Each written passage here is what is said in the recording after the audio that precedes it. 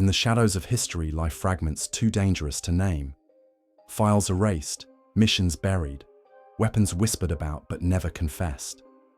They were hidden, not because they were myths, but because they were real, too unsettling for daylight. What slipped through official silence are traces, redacted pages, vanishing men, crates that left no harbor. These are the stories locked beneath concrete, rust and fear, the forbidden history no government ever meant to survive. On February 21, 1946, elements of the US Counterintelligence Corps, CIC, accompanied the 3rd Armored Division on a sweep through the Harz Mountains, tasked with locating rumored SS hideouts. What they uncovered in a sealed bunker near Ilsenburg was not resistance fighters, but a cache of iron crates stenciled with the eagle and swastika seal of the Reich Main Security Office, RSHA. Each was tagged with the cryptic designation Projekt, Sturmlicht. The crates contained hand-drawn schematics, typed memoranda, and fragments of correspondence, signed by officers attached to the Waffen-SS research branch. According to the first CIC inventory, the documents described an experimental electromagnetic weapon intended to cripple the avionics of Allied bombers. Engineers from the Signal Corps were hastily flown to the site to examine the material. Their initial notes, later referenced in declassified communications, mention non-conventional electrical discharges, ion field projection arrays, and theoretical disruption of magneto-based ignition systems. By late March 1946, the crates were transferred under heavy escort to a depot outside Munich, tagged for processing by US Army Ordnance Technical Intelligence. That is where the trail ends. The official depot logs list a convoy of 6 GMC CCKW trucks departing Ilsenburg and arriving intact at the Munich facility. But within 2 weeks, all mention of Projekt Sturmlicht evaporates from both Army and CIC files. No requisitions, no technical evaluations, no destroyed material reports. Only a terse entry marked Reallocation per Directive, JCS 3229B. Subsequent requests for clarification within Army records were met with the response, no file located under cited number. Even more troubling are the fates of those directly connected with the find. Lieutenant Harold F. North, the officer who signed the first recovery report, was reassigned to the Pacific Theater in May 1946, only to be listed as missing, presumed dead, en route to Manila, when his transport aircraft vanished without a trace. Sergeant Paul Kessler, the radio operator who accompanied the Munich convoy, was transferred to the US occupation forces in Austria, where he drowned in a boating accident that summer, under circumstances never fully explained. Of the original escort detail of 18 soldiers, 9 later died in separate accidents or unexplained incidents before 1950. The rest were scattered into obscure administrative postings. For decades, the matter remained buried. Then, in 1989, following the collapse of the Eastern Bloc, Soviet archives briefly released fragments of captured German documents catalogued by Smersh units. Among them appeared a single index card referencing Sturmlicht Trials, April 1944, Peenemünde Annex 7. The entry, marked classified for state security use only, described an incomplete series of experiments that produced atmospheric anomalies, not replicable with available technology. Before Western researchers could request access to the full file, the documents were withdrawn. Russian officials later claimed the entry had been misfiled and denied further knowledge. Historians attempting to reconstruct the origins of Sturmlicht point to a small circle of SS researchers attached to the Ahnenerbe, the pseudo-scientific branch tasked with developing exotic technologies. A surviving letter, intercepted by British intelligence in late 1945, described emergency relocation of materials from Projekt Sturmlicht to secure storage, per directive of Reichsführer Himmler. The letter was unsigned, bearing only the initials EH, possibly referring to SS Obergruppenführer Emil Hauser, who oversaw several classified development programs. Hauser himself disappeared during the final days of the Reich. His body was never found. Technical experts remain divided on whether Sturmlicht was feasible or little more than a paper project born of Nazi desperation. Some suggest the weapon may have been an early exploration into directed energy or pulsed electromagnetic fields, technologies that would not mature until decades later. Others argue it was simply theoretical research exaggerated by the Reich to project strength at a moment of collapse. The absence of physical prototypes fuels the skepticism, but the fact that both American and Soviet intelligence sought to suppress the files points to something more than fantasy. A faint paper trail exists in US intelligence archives. A declassified 1952 memorandum from the Air Technical Intelligence Center at Wright-Patterson Air Force Base notes, "Unverified reports of German electromagnetic weapon research remain uncorroborated, suggest further investigation into surviving Reich scientists with relevant expertise." The memo references interviews with captured engineers, though their names are redacted. Strikingly, it also warns against public dissemination of Sturmlicht-related materials, given potential panic and political ramifications. Adding to the mystery are accounts from German civilians living near Ilsenburg in the late war years. Several recalled hearing thunder without storms and seeing strange flashes of light in the night sky, emanating from wooded areas under SS control. One farmer, interviewed by Allied occupation officials, claimed his tractor's ignition repeatedly failed when passing near the same site, though the story was dismissed as anecdotal. What remains today are fragments, a handful of blurred photographs, a missing convoy, and a pattern of erasures. The National Archives in Washington holds no official record of Projekt Sturmlicht, though independent researchers claim pages were deliberately removed from CIC after-action reports of 1946. The Bundesarchiv in Koblenz lists only 2 files with peripheral mention of the project, both heavily redacted. Requests to access Soviet archives on Peenemünde Annex 7 have gone unanswered. The silence has only deepened suspicions. Did Sturmlicht represent a genuine breakthrough suppressed to prevent destabilization during the fragile post-war years? Was it absorbed into American or Soviet black programs that later surfaced under different guises? Or was it simply a phantom project inflated by the paranoia of the Cold War? No conclusive answer exists, but the legacy of Projekt Sturmlicht lingers in the scattered traces left behind, vanished soldiers, missing crates, and a name that surfaces in classified ledgers only to disappear again. In the world of war's aftermath, where myths blur with suppressed truths, Sturmlicht stands as a ghost of technology that may or may not have existed, sealed away not by destruction, but by silence. In the closing weeks of World War II, Allied cryptographers working at Station Cast in Melbourne intercepted fragments of Japanese naval transmissions that mentioned an operation known only as Kikubana Kuro, translated as Black Chrysanthemum. The messages, sent under the highest cipher protocols of the Imperial Navy, were brief and fragmented, filled with references to special submersibles, biological consignments, and final strikes against US coastal installations. At the time, Allied intelligence dismissed the transmissions as deliberate deception, designed to tie up American resources while Japan collapsed under bombardment. But in the aftermath of surrender, the signals took on a far darker significance. Evidence later surfaced that Black Chrysanthemum was not a phantom operation, but a plan to deploy suicide submarines, modified Type A midget subs, armed with canisters of weaponized pathogens. The canisters, constructed of lead-lined steel and sealed with wax, were reportedly shipped from Manchuria, where the notorious Unit 731 had conducted years of biological warfare experiments on prisoners. According to testimony from surviving Imperial Navy officers interrogated in Tokyo in late 1945, at least 5 of these submarines were prepared in secrecy at the Kura Naval Arsenal and dispatched toward the Philippine Sea in July of that year. None were ever seen again.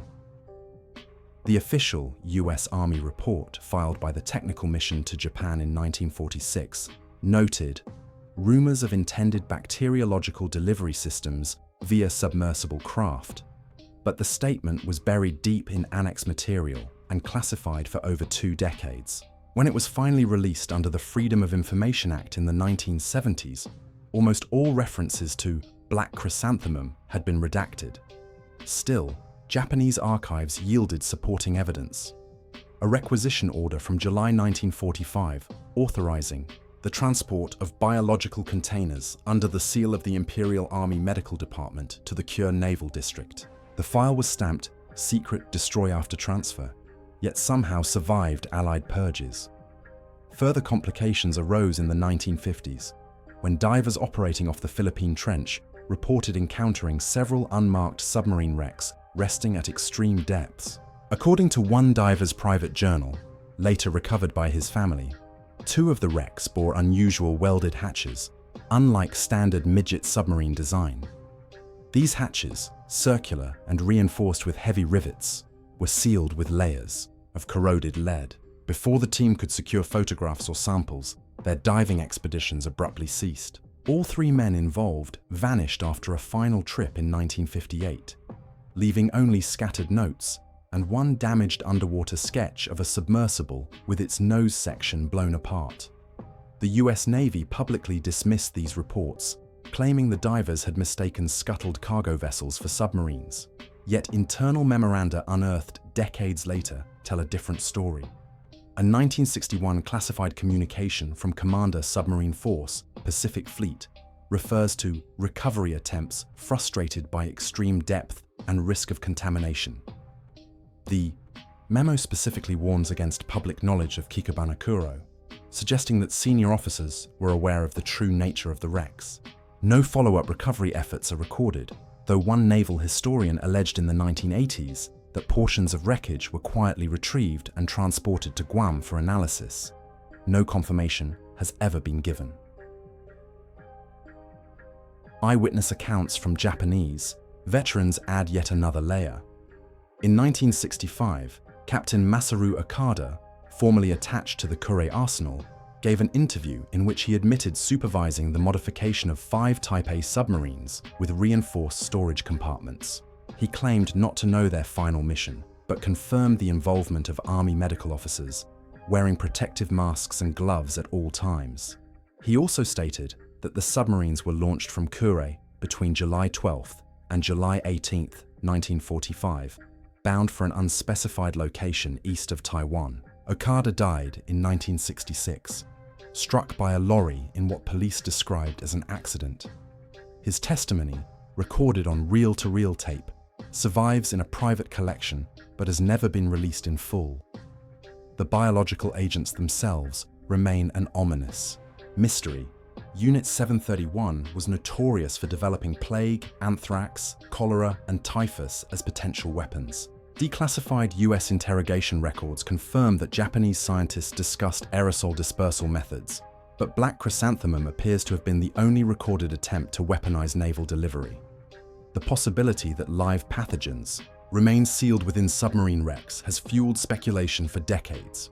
Japanese waters in the immediate post-war years did experience unexplained disease outbreaks, but no evidence has tied them directly to submarine activity. By the 1990s, researchers tracing Black Chrysanthemum ran into yet another wall of silence. The Japanese Ministry of Defense denied any surviving files, citing wartime destruction orders. The US Department of Defense, when pressed under FOIA requests, released only heavily redacted cables that referred to bacteriological hazard, containment in Pacific seabed.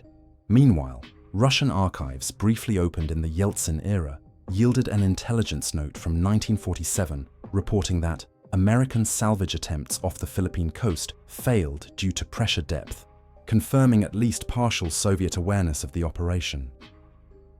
Today, the mystery endures as one of the darkest what-ifs of the Pacific War.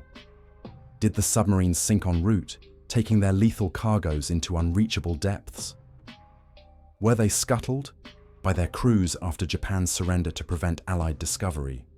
Or do they still rest sealed beneath the ocean floor, their contents intact after nearly 80 years? No conclusive proof has ever emerged, but the fragments, intercepted transmissions, requisition orders, diver accounts, and vanishing personnel form a pattern that cannot be dismissed as mere rumor.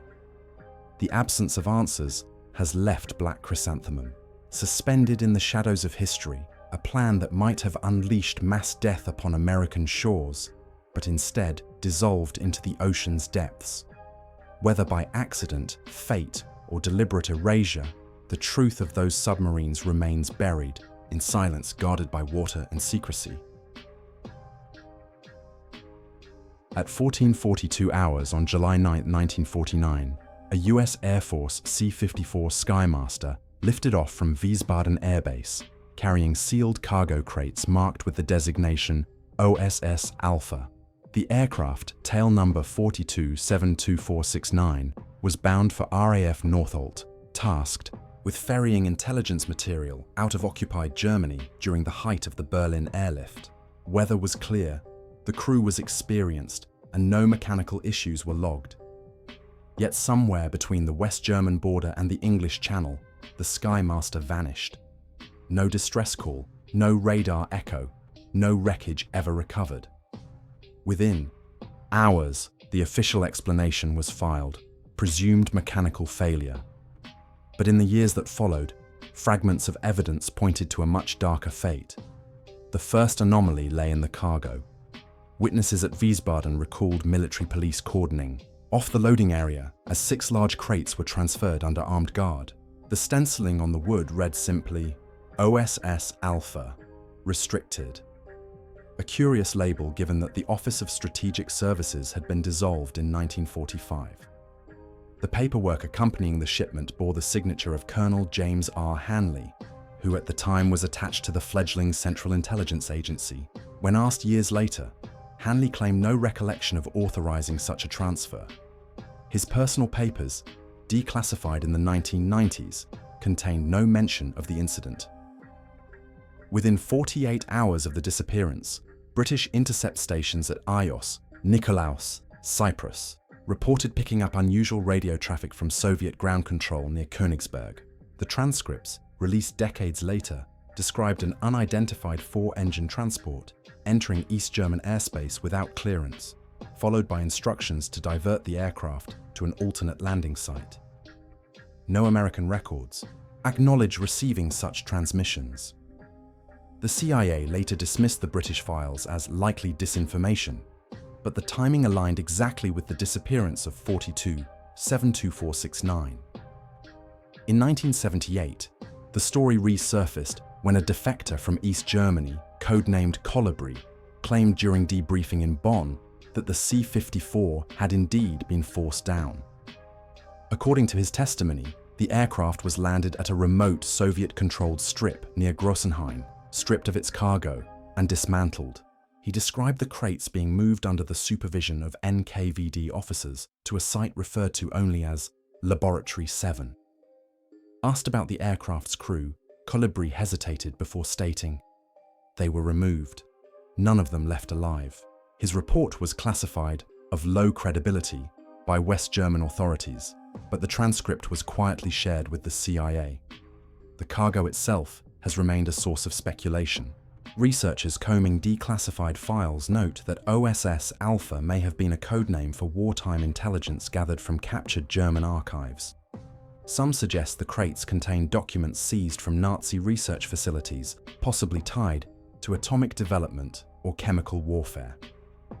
A memo from the Army's Technical Intelligence Center dated June 1949, 1 month before the disappearance, warned of sensitive transfers via unsecured routes and recommended air transport be restricted to smaller loads. No such restrictions appear to have been enforced for the Wiesbaden shipment.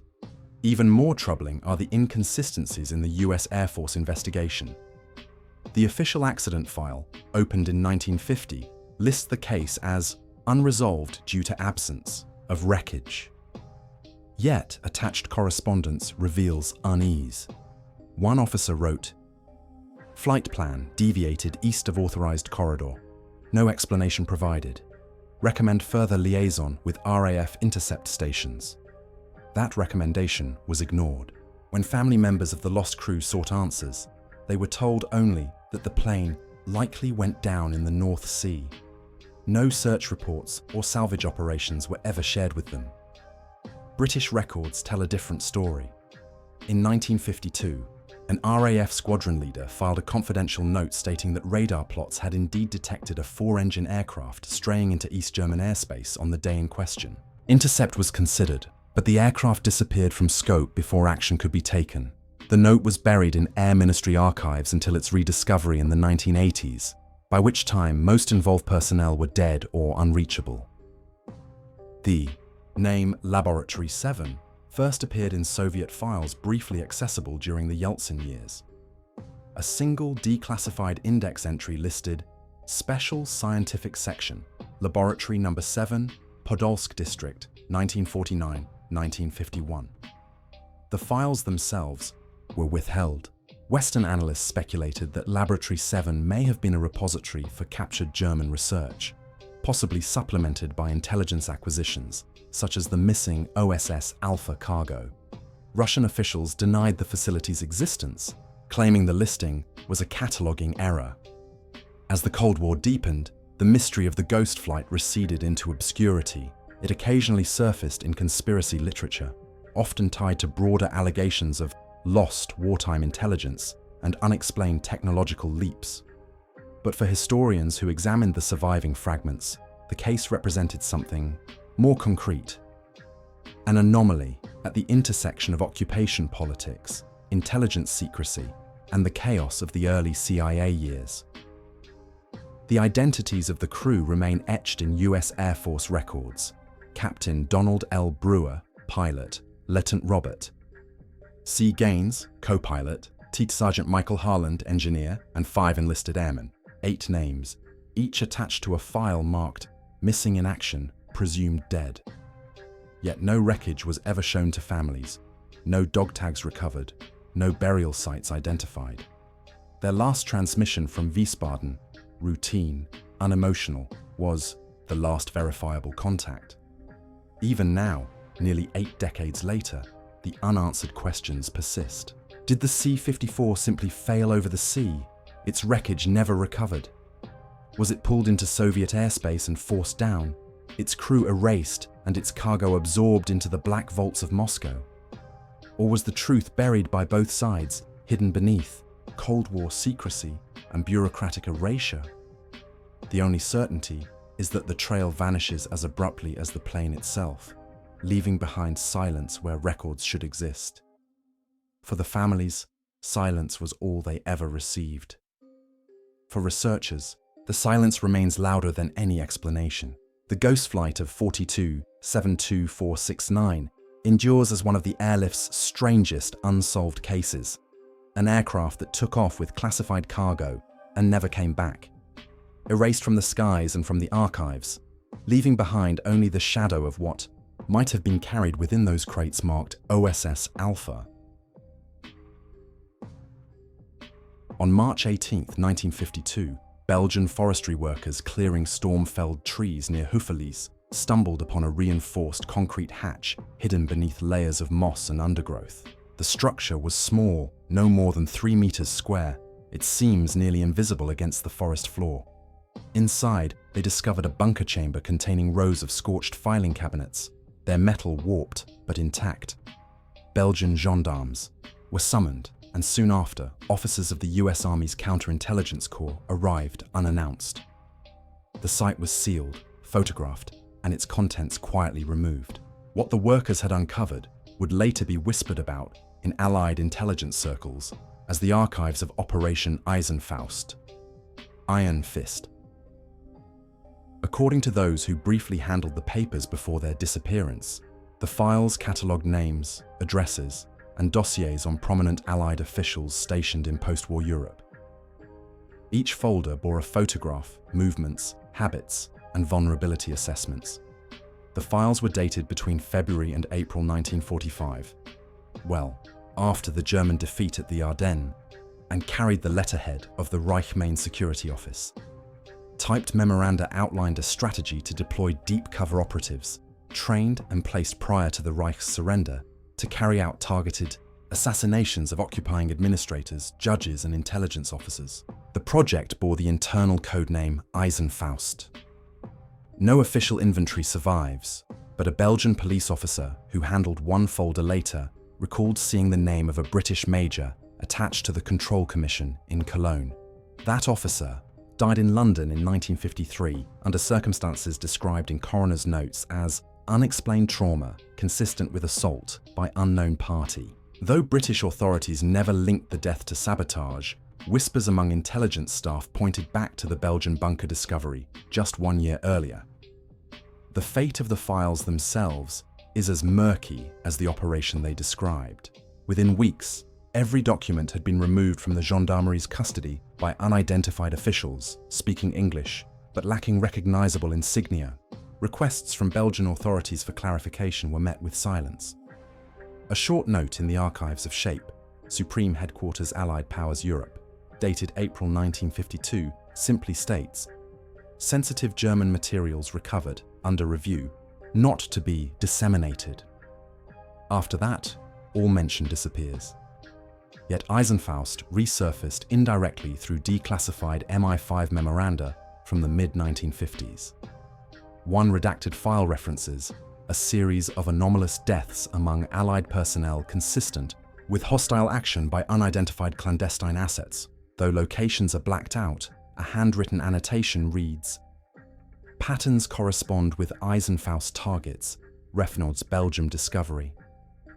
The memo warns that disclosure to Parliament would be politically inadvisable.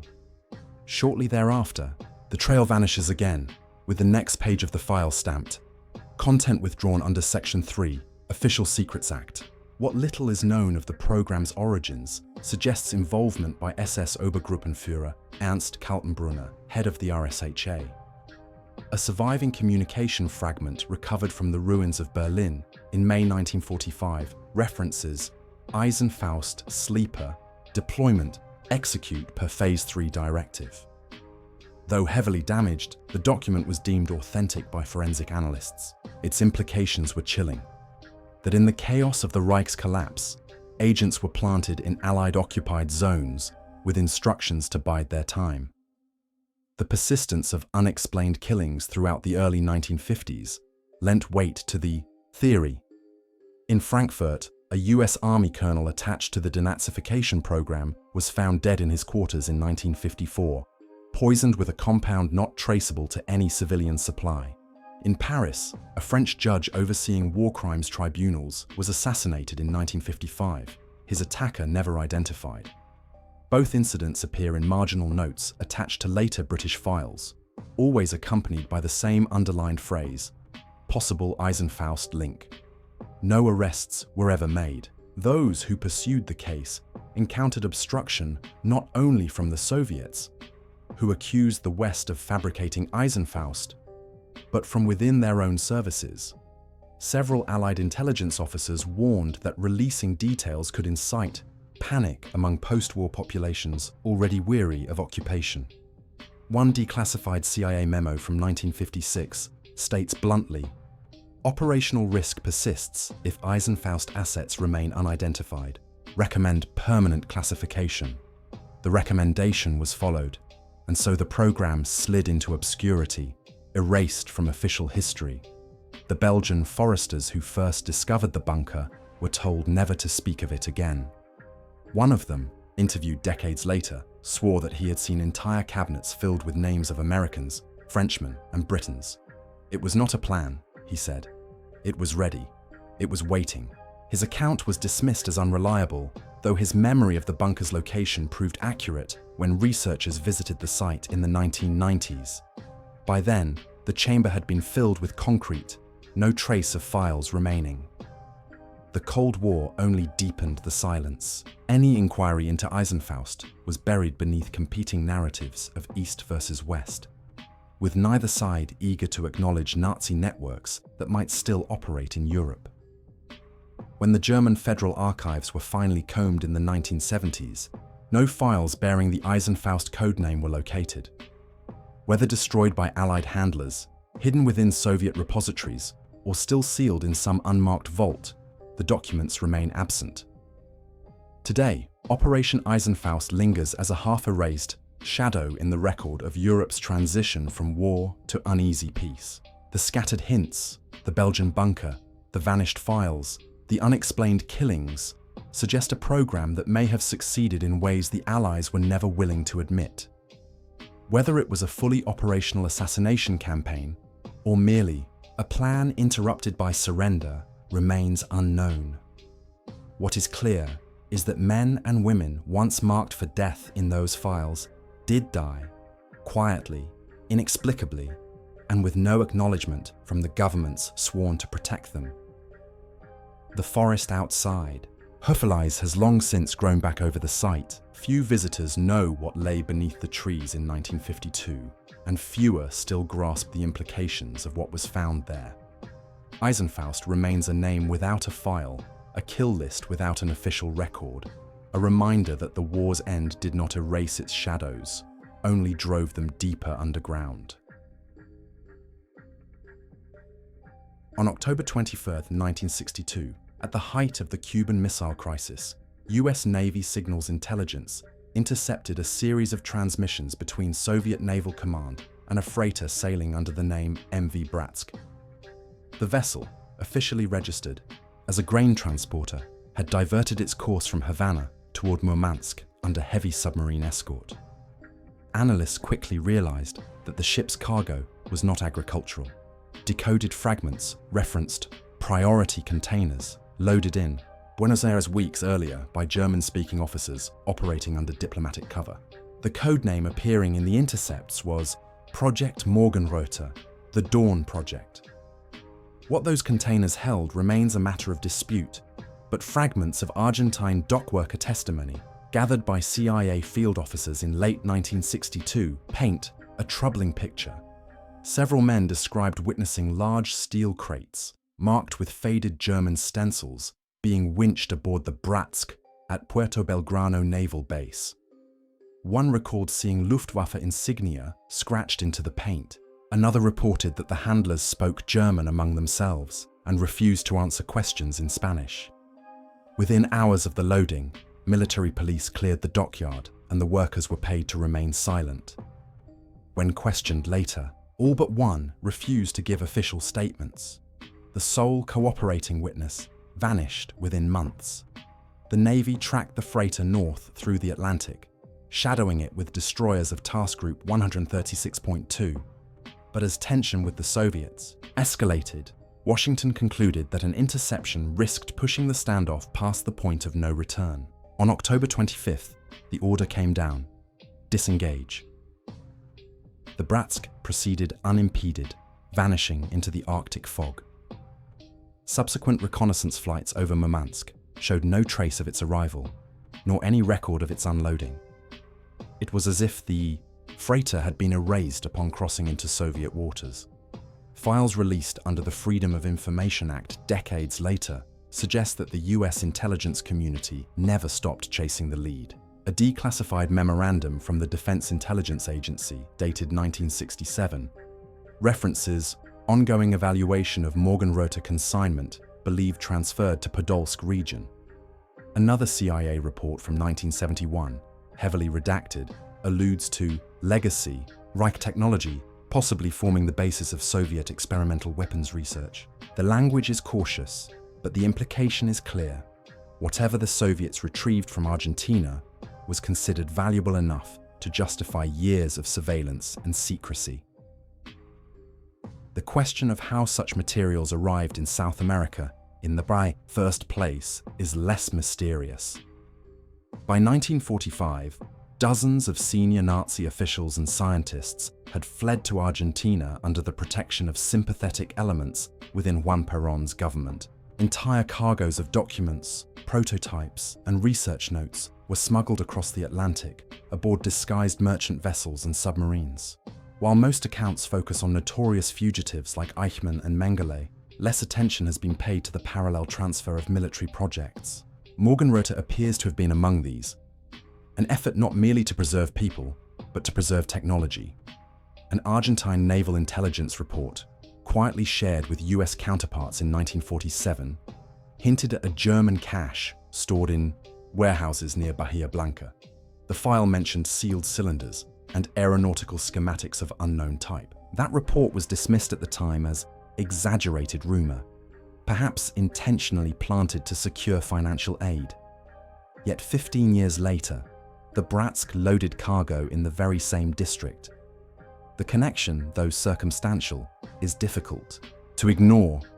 Some researchers believe Morgenröte referred to advanced propulsion research, possibly related to high-altitude aircraft or early missile concepts. Others suggest it involved chemical or radiological material, citing vague Soviet references to new energetic reactions in the early 1960s. A 1992 Russian archival leak described acquisition of materials from South America in 1962, connected to the Ministry of Medium Machine Building, the agency responsible for nuclear weapons development.